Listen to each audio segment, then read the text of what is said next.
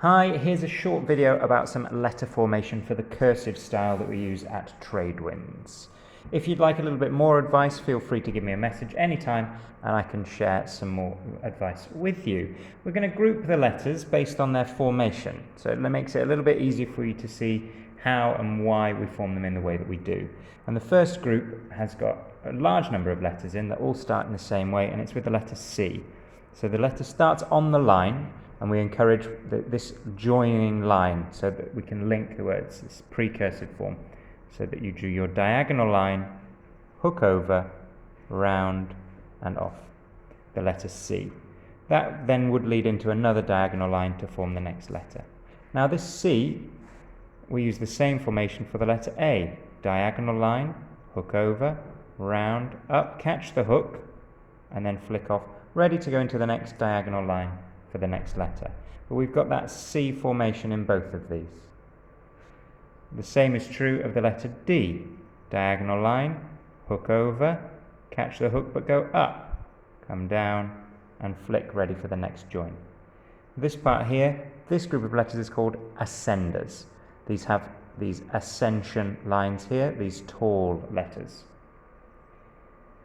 Another letter that uses the same starting formation, diagonal line, hook over, round, catch the hook, this time down, descend, loop, and be ready to join onto the next letter.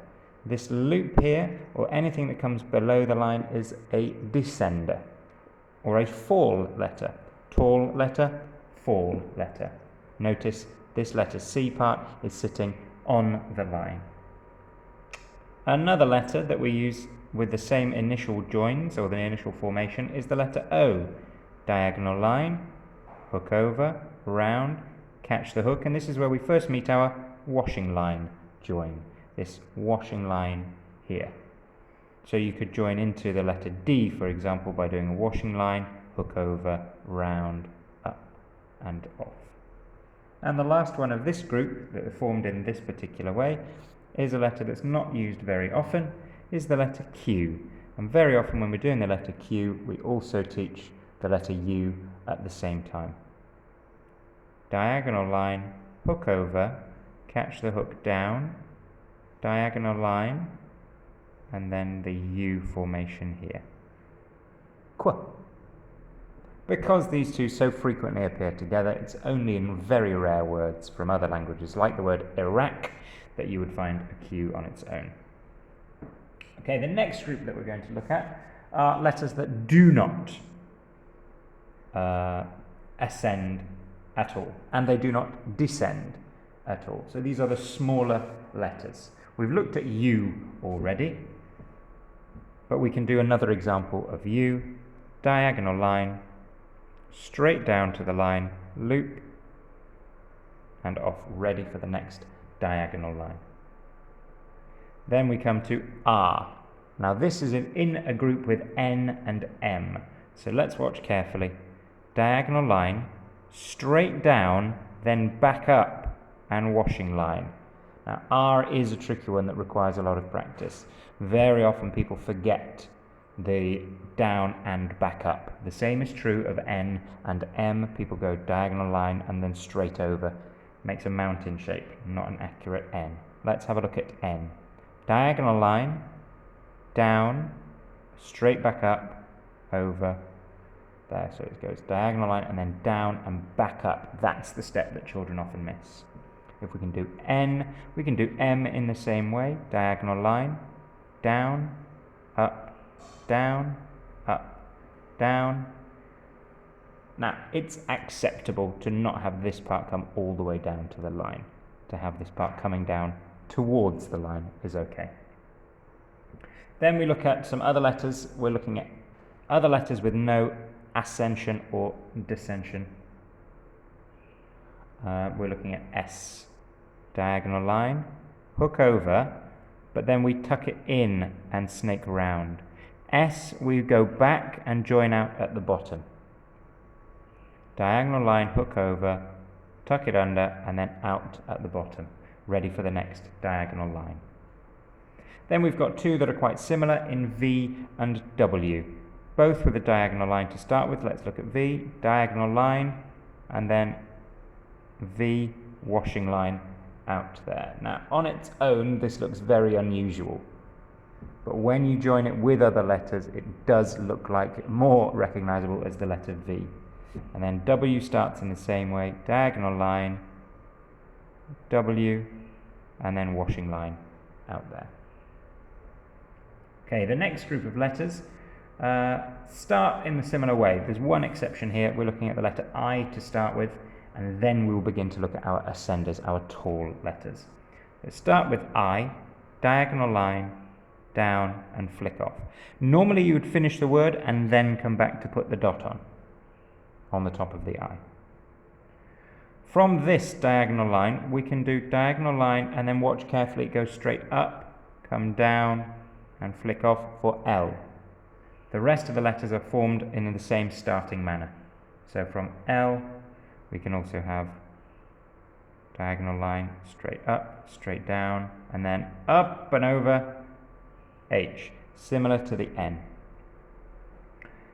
Same way that we formed the L, diagonal line, straight up, straight down, and then T.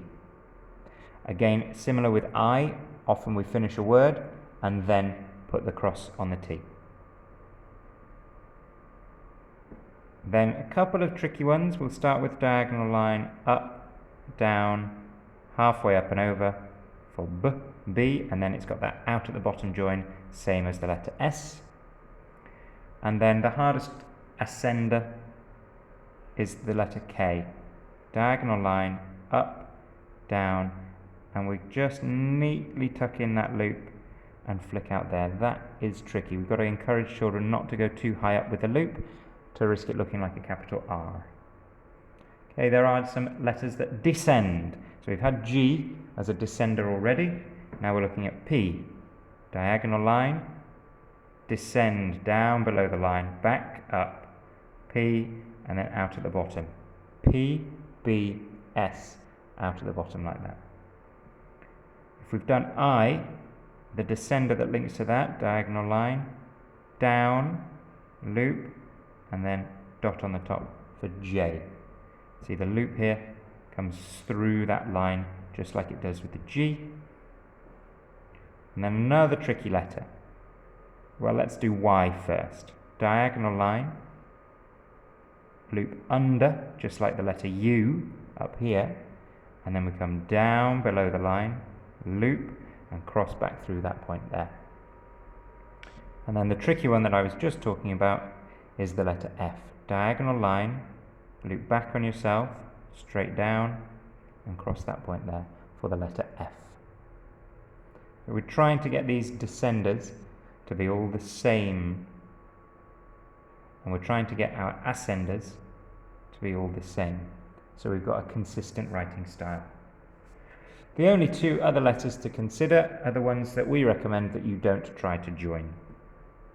So as you're writing a joined up word, take the pencil off to form the letter X, and then begin with the next letter, and take the pencil off to form the letter Z. You can join these letters, but it doesn't look very attractive when we're writing. If I did an example with Z, it's a diagonal line and then straight out. Z is a bit easier to join than X, but we recommend that it's not necessary to join these two letters. They are best left unjoined.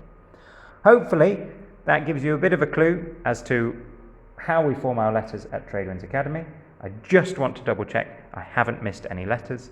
I've missed the letter E. I've missed the letter E. I have. Okay, it starts, we can group it in, would go in this group here because there's no ascension, but we can tuck it down here, diagonal line, E. The reason we're starting from here is because there aren't that many letters with the washing line join. So we often have to start the letter E from the line. So in the word 10, diagonal line, and we come straight into the E loop, and then up for our before we cross our T. So that's why we start our E on the line, because the majority of these letters join from the bottom. It's only a few that have the washing line join.